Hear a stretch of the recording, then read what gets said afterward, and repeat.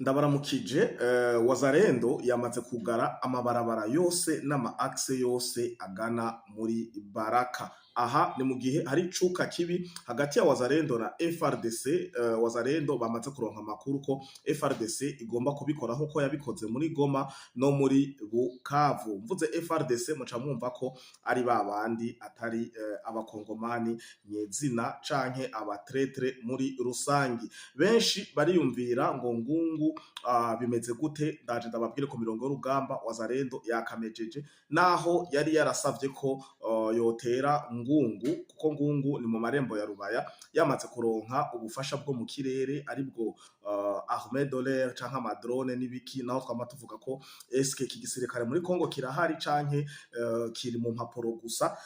Wazalendo yahisemwo kwambara urwaga baratera muri Ngungu Rumbishi ahari muri territoire ya Karehe muri Sud Kivu, naho nyene ibintu ntibimeze neza ku ruhande rw'izimbwebwe za Sarambwe. Leta itabara twigwaneho RRDF AFC M23 kuko harapfiriyeho imbwebwe nyinshi za Sarambwe, bafata ibikoho vyinshi cyane nkuko bisanzwe. Tukiri nyene kuri ibi vy'aba tretre murasirazuba bwa Kongo canke muri Kongo muri rusangi muri FRDC, nagwanda babwire ko muri Beni hamaze gufatwa abafo genero abahora bigira ngo n'abagenero baba Wazalendo batanu bariko bararekrita abene gihugu babasavye amafaranga amadolari agera ku 200, bagaca babadandaza amadolari amajana 3 kugera ku majana 5. Muri Kongo ibintu ntivyoroshe cane, Imana nibagarukire kuko murumva ko ari ikibazo. Nagwanda babwire ko muri ababaye rekrite harimo n'abasirikare ba FRDC.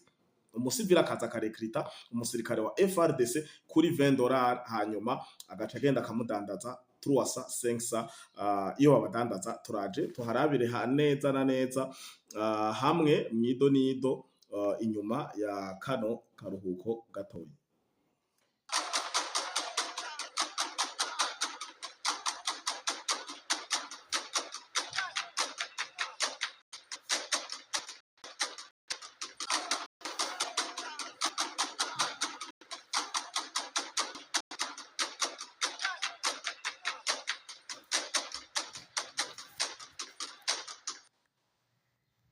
Yes, nkuko bisanzwe ndabaramukije rero, mwiriwe na mwaramutse bakunzi ba Fleury Podcast TV umwe wese aho aherereye. Ndizera ko muguwe neza mu miryango yanyu, mu vyanyu no mu banyu.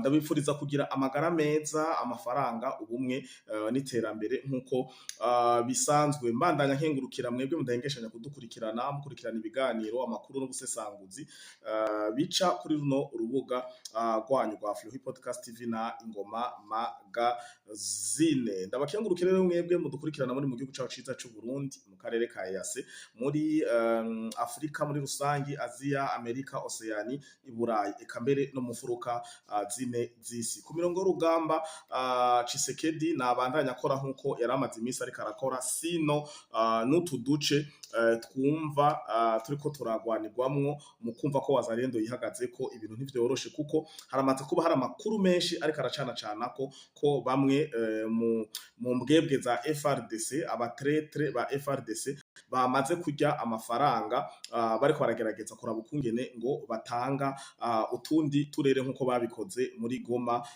Bukavu, eka n'ahandi henshi hagenda hatandukanye.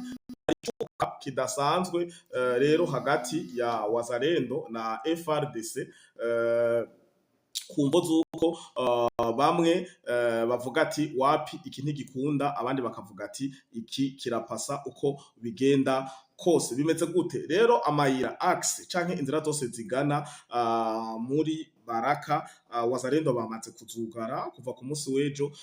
Inzira barazugaye, baravuga ati umugabo n'uca ngaha. Muribuka ko nababwiye ko hariho n'umusirikare wa FRDC yarashe Wazalendo, ariko sinahaduze ko cane, naho nyene ndaprofita ndakigaruke ko gatoyi. Rero Wazalendo bamaze kumva ayo makuru ko FRDC, bamwe mu ba FRDC bamaze gutora amahera kugira batange inzira bashike muri Baraka no muri mutundi duce za Murima, Mutambala n'ahandi nko twama twabibabwiye. Wazalendo bahisemwo kugara amayira no kwifatira ama axe yose. Ubu uruja n'uruza nibo barufise mu maboko. Ibi musanzwe mubitsi ko baheruka kubikora muri Pendora Ruzizi ubu naho babikoze kandi babisubiriye. Byagenze gute?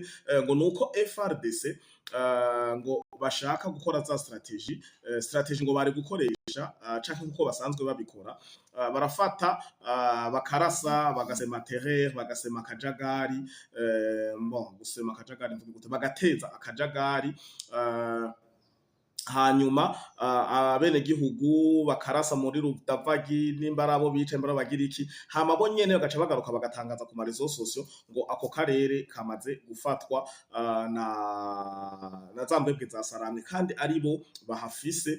Wazalendo bagata bakomoka byaba ngombwa bakanabarasa kugira babereke ko ari enemy yahinjiye, hanyuma bagaca baza dogidogi batanze ku idolari ryabo bagaca bashika muri utwo duce. Wazalendo ramaze kubimenya rero yabankiye ubicuka si ciza. Tukiri kuri kicuka nyene kitari ciza ca Wazalendo na FRDC, nagwanda ngaruke kuri wa muntu wa mu FRDC yarasa, numu FRDC, umusoda wa FRDC, numu traître Jackson Mwita n'umusirikare, numu traître wa FRDC yarazwi ku izina cane cane rya Vodacom, ari muri FRDC ishami ryitwa Bufre. Muratwa ro bahibu hariho ba Serpanoir, ari mu ishami rya Bufre.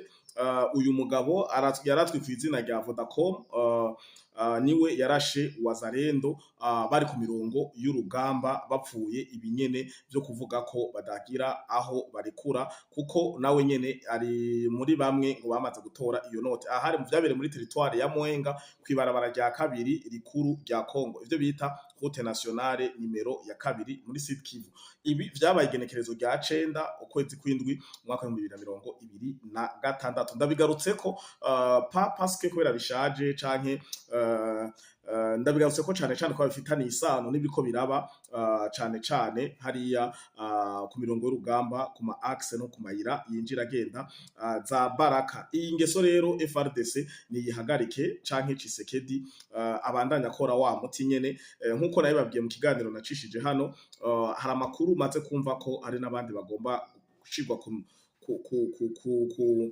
since bagomba gushirwa ku ndero gufatwa, ariko murabizi ko amategeko araho, naho ndi umusivile ntashoboye guca ndababwira ati bimeze gute, boca batabakomoka cari bagenzi babo bakababwira ati mwe muri ku rutonde. Ariko ico nzi gusa nuko hari impinduka Tshisekedi ariko arafuruguta umwanya n'umwanya, arakora ibi dasanzwe ku mirongo y'urugamba. Rero muri territoire ya Karehe, Sud Kivu, aha ni muri Kivu y'epfo muri Rumbishi, mwarabonye utureresi twinshi cane, mbere ngende nanje ndatwifashisha gato gato naho twoba tutareko turavuga, ndadukuremwo amajwi kugira ntihagirije ico tutwononera.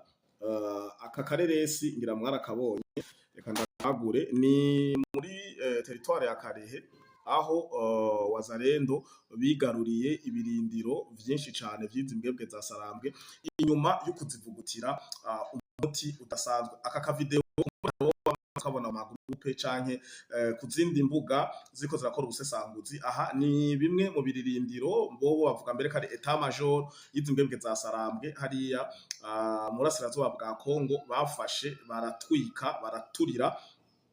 Benshi rero ntibamenye ukungene izo operation zakozwe, ndaza ndababwire vyagenze gute. Muri Rumbishi aha hari imigwano nyene nkuko bisanzwe, hanyuma Wazalendo igira kenge kadasanzwe, ubu basigaye ari abastrategie bateye ubwoba, abastrategie bateye ubwoba kuko barakonturunye canke barazunguruka umuenemi, baramutikura neza, baramunoza.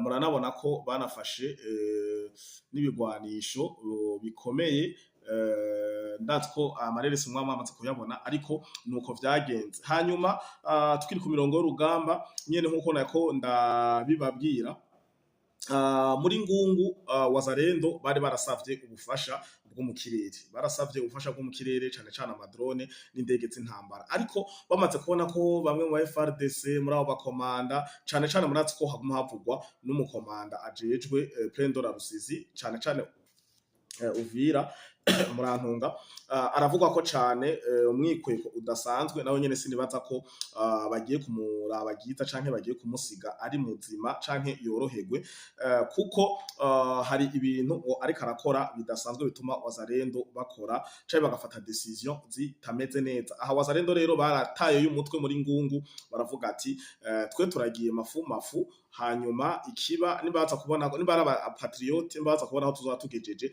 baradusangaho. Iyi ngungu rero ni nagace kamwe kari mu muryango wa Rubaya kuko maze gufata ngungu uba wamaze kuba umurika neza na neza muri Rubaya. Murumva ko Wazalendo mu gihe u Rwanda mu gihe abafaransa na bamwe muri leta z'ubumwe za Amerika abagwiza atunga cane cane basanzwe bavyungukiramwo n'abandi batrete bo mu bihugu bigenda bitandukanye kuko je umuntu yemera ko amaraso y'umunyekongo aseseka ayiwe amurimwo akaryama akayaha ka whisky akarya utu fromage n'utujambo agafungura umuryango w'umugore n'abana bari mu nzu mugabo akumva neza ko anezererewe ko abanyekongo bomoka imiliyoni n'imiliyoni zigahungira mu Burundi izindi zigashwiragira mu mashamba abandi bagaterwa amabombe na za drone za z'u Rwanda. Ndumva ko je kubwanje nta sinumva ko wowe uri n'umuntu kuko sinzi no bisigura rero uko biri nuko vyifashe Wazalendo bamaze imisi batikurana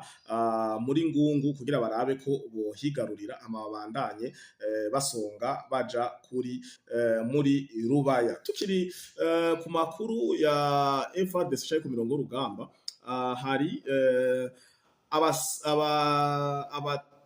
abakongomani jewe abakongomani mu mbabarire abakongomani nuko mutako murumva nivyo niko ndavuga murateye n'akagongo aba mubona shize ngaha reka nagore gati no foto abashize ngaha n'abakongomani harimo n'abasirikare no nimbwebwe za FARDC nazo nyene zigera kuri zitatu aba ofisiye mu byumbe neza abamubona aha ni umwe wa 3 harundi akurikira hari na uyu akurikira ino murabona ko yambaye teni ataboneka neza impande y'uyu unamye afise n'amazi n'abanyamuji bo muri Kinshasa bavuye Kinshasa bagenda muri Beni bagiye muri Beni bagenda bavuga ko ari abarongozi ba Wazalendo ku mutwe wo hejuru cane cane abari muri association yitwa ngo ACBR bo bayise ACBR CONAP bakagenda bararekrita abasivile mbere byarashitse aho banarekrita izi mbebwe za FARDC aba batretre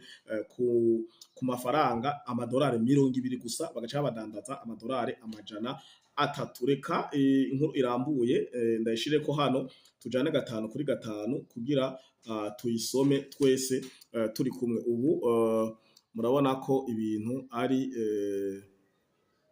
ari neza. Okay.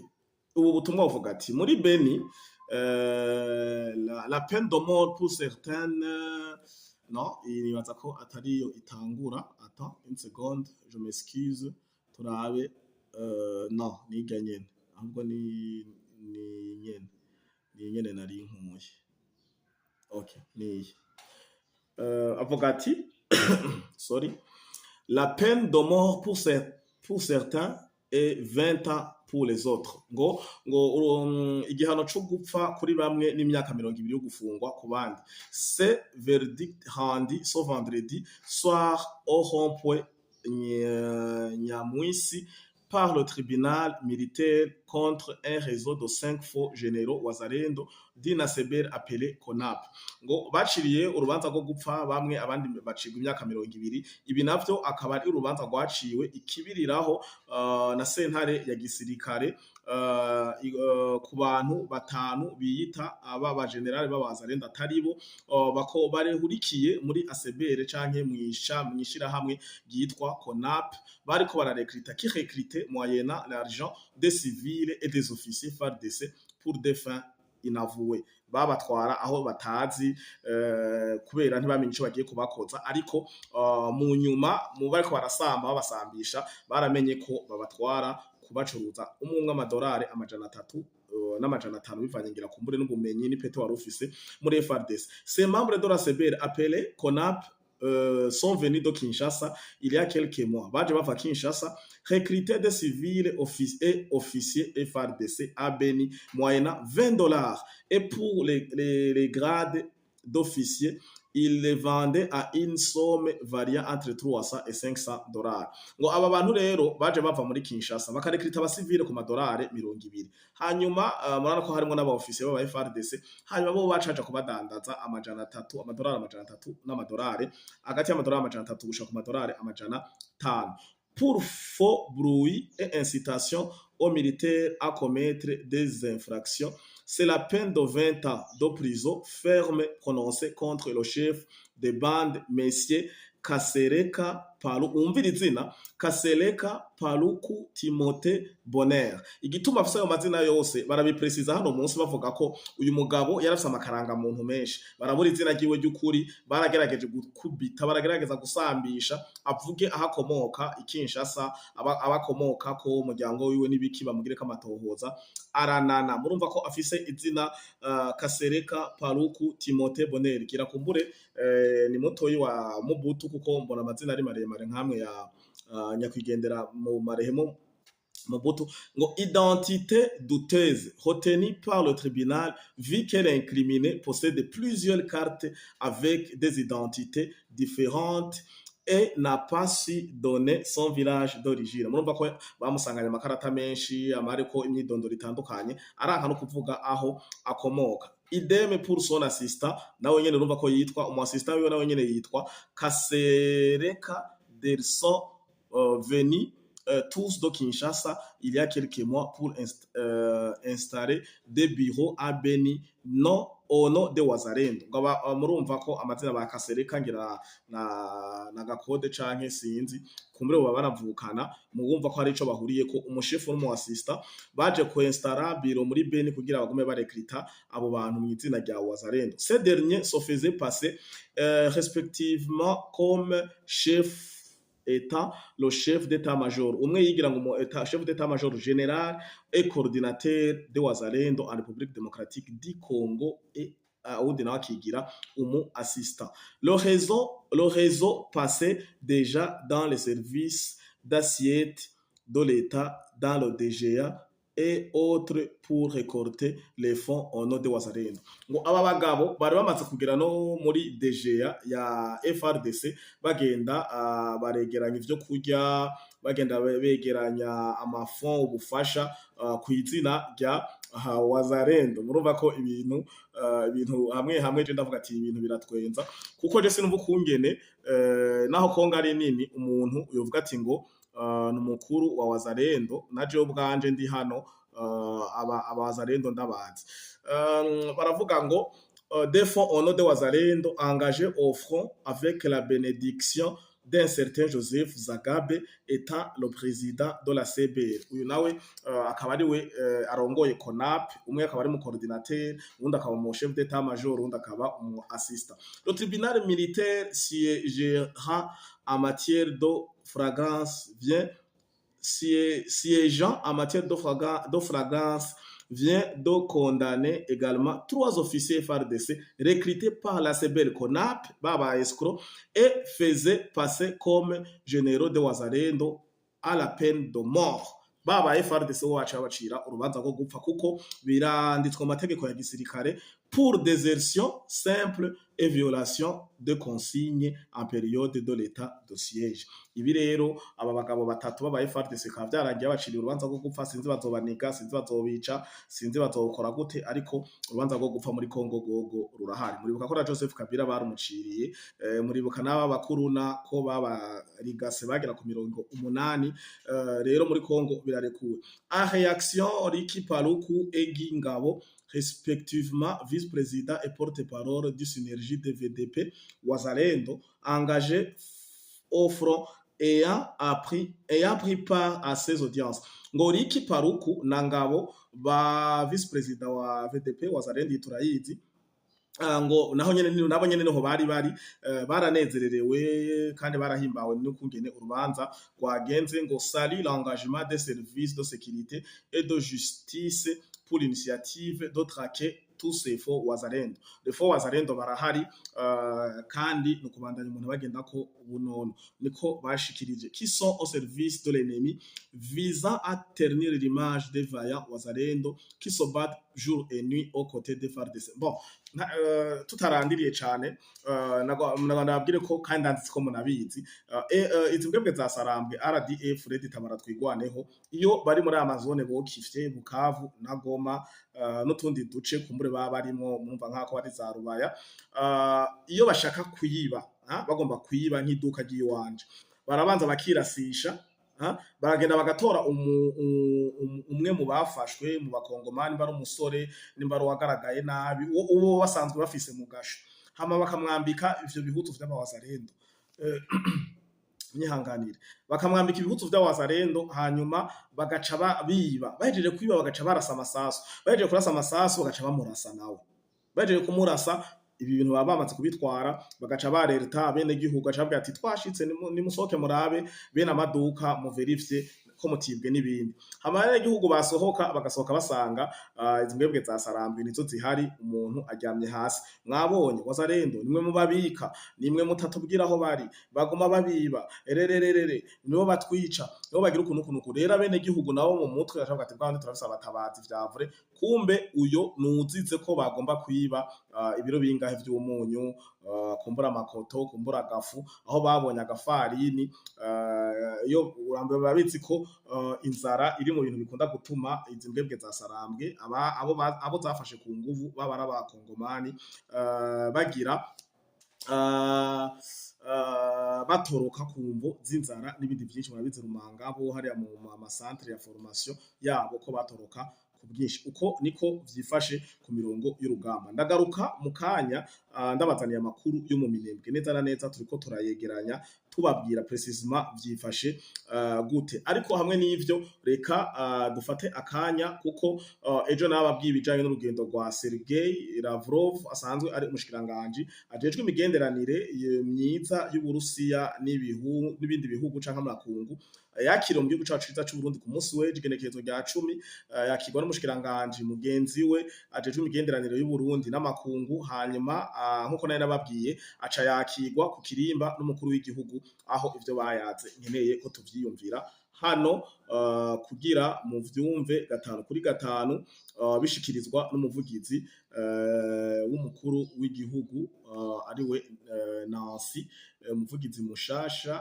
musanzwe muzi twarabamenyesheje ivyiwe munabizi ko asubiriye Gatoni Nancy avuga iki reka tumwumvirize kugira tumenye uyu muntu yagenzwa n'iki kuko je naye nagerageje kuca ku masonga ivyiwe no kubabwira ko harimo no gutumira umukuru w'igihugu cacu ciza c'u Burundi narirya asanzwe ariwe ayoboye Union Africaine muri uno mwanya reka dukurikire bivugwa na Nancy ibi navyo bikaba twifashishije video twakuye kuri urubuga rwa intumwa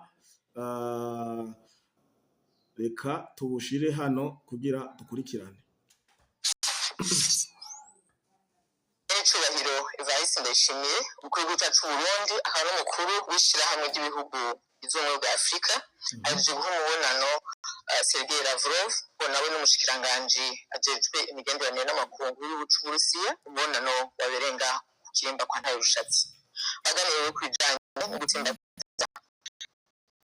hagati y'igihugu c'u Burundi n'igihugu c'Uburusiya eka mbere baganiye n'ibibazo biri muri Afurika ahanini kugira imigenderanire hagati y'Uburusiya n'Uburundi bemeranije gutsimbataza imigenderanire mu bisata bitandukanye kubiza umuyagankuba n'amasoko ntanganguvu amagara y'abantu uburimyi gutuma tumanako umutekano inyubako n'ubudandaji uwo mushitsi rero yarazanye n'ubutumire umukuru w'igihugu c'Uburusiya yarungikiye mugenzi we w'Uburundi aho amutumirira mu nama y'abakuru b'ibihugu n'amareta izobera mu gihugu c'Uburusiya mu kwezi kwa Gitugutu uwo mwaka n'icubahiro umukuru w'igihugu cacu c'u Burundi akaba yakiranye bweze ubwo butumire narirya azoba ari mu baserukira iyo nama ku rwego rwo hejuru aserukira ubumwe bwa Afurika yagize ati iyo nama n'akaryo keza ku bihugu vya Afurika n'abanyafurika kunga ubucuti no gukomeza imigenderanire yungukira abenegihugu mu bisata bitandukanye. Nyenicubahiro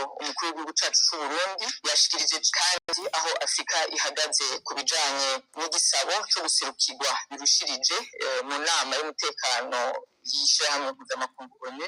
Igihugu rero c'Uburusiya kikaba ciyemeje kandi kubandanya gishigikira Afrika muri iyo ngendo yo guserukirwa birushirije.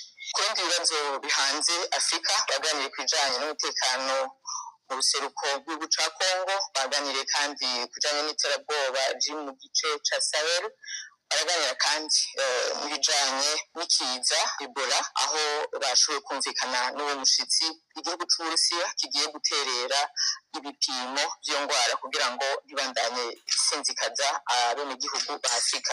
Kuri ivyo bibazo vy'umutekano bashize imbere cane inyishu zo kuganira hagati y'Abanyafrika n'inyishu Abanyafrika bitoreye bo nyene ata kurengera imbibe canke guhonyanga ubutaka bw'ibindi bihugu.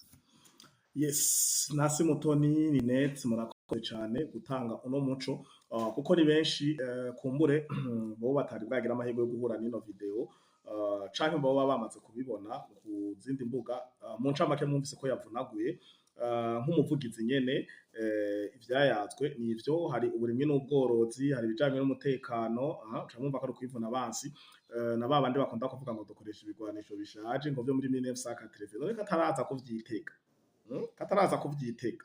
Okay, mwumvise ko harimwo vy'umutekano, harimwo umutekano mu karere, harimwo n'ivy'amagara y'abantu ku kijanye na Ebola. Ariko ino Ebola jewe ndasaba n'ukuri Ebola nimba vy'ukuri hari nibayigwanye irandurwe burundu ko ino Ebola muri Congo mengo yatevye. Je niko ndimvira ko ari izindi mvo z'intambara. Turasavye natwe babe vigila cane ntibabivyaza umusaruro bano bampatse ibihugu kuko Ebola iri muri Congo ikiringo kingana kurya muri Uganda ntikivugwa kweke muri Congo ari higuma ivugwa gusa. Bari bavuze ko muri Uganda yari strategie yo kugira bavuge ko muri Uganda naho nyene iri mbwo muri Uganda yaraheze. Muri Turini na Beni niho yazananye n'agahande kugwa ka Uganda.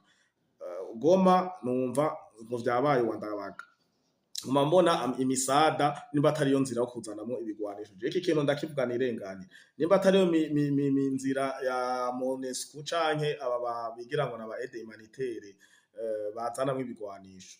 Kongo igabe kuko Ebola idahera. Ebola muca muvyumva namwe.